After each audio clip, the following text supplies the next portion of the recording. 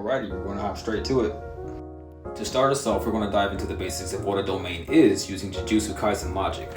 And then from there, we'll dive into some real life examples of how it's used. First and foremost, whether you are a sorcerer or a non-sorcerer, you are born with what's called an innate domain, a mental landscape that embodies the mind of an individual. That can be something as simple as bringing an idea that you had in your mind to fruition. It is the inner essence of one's mind and soul. So the concept of domain expansion can be simplified as expressing your inner self to the outer world as a physical manifestation. Sorcerers, on the other hand, are trained in their capability of doing this on a much larger scale. Truth be told, most of us are utilizing our innate domains every single day without even realizing it. The most common utilization for us normal humans is through language and communication. We inadvertently and advertently curse each other all the time. This is done by projecting curse energy, or what's known to us as life force energy, through the Innate meridian located in the throat area. Of course, also known as the throat chakra meridian. I know you've heard the cliche saying you're casting spells when you speak, that's why they're called spelling words. This is how it's done. There is a legitimate reason this guy right here speaks in sushi, so that he doesn't inadvertently curse people with language.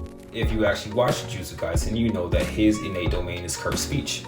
This, for us normal humans, is simply known as projection, or projecting. A very clear real-life example of this could be content creators, who have simply mastered the art of expanding their inner essences to the outside world.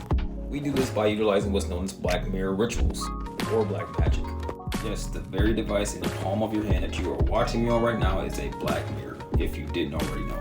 By utilizing the handy tool known as the internet, which in its earlier stages was known as the Ethernet, which by the way, if you didn't already know, is connected to the etheric plane, we are able to project what dwells in our innermost selves, also known as our etheric mind, to you through these black mirror devices that be your cell phones, televisions, and laptops. This seemingly simple ritual aligns you with the vibration of whatever media that you're viewing, thus forth casting you into its innate domain.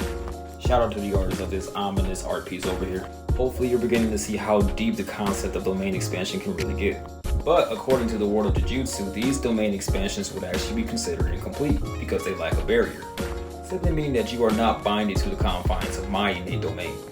In the Jujutsu world, only special grades are capable of utilizing this technique to its maximum output. They initiate the expansion of their domains by utilizing hand signs such as these. I'm going to teach you how to expand your innate domain by utilizing the hand signs we know as mudras. This is a technique that anyone can use or practice at any given time. Take notice that the powers that be in this world use these same techniques to expand their innate domains. Those gods were utilizing what's known as the Enlightenment mudra, which essentially quiets down your nervous system and gives you control over your senses. And as you can see, it helps improve your communication skills so you can impress everyone in the room. Try utilizing this at your next job interview or the next time you have something important to say to someone. You will literally feel your consciousness expand as you express what's inside to the out. Thus, you have the technique of domain expansion. Although it may be incomplete according to the anime world, that does not make it ineffective in real life. This is a concept that can go as deep as you would like it to. My only intention is to get the ball rolling for you. I hope this helps, and as always, I encourage you to do your own research. In the meantime, I'm going to be trying to crack the code that is this guy right here. If you know, you know. Let me know what you guys find on your journeys. Until next time, my fellow weebs.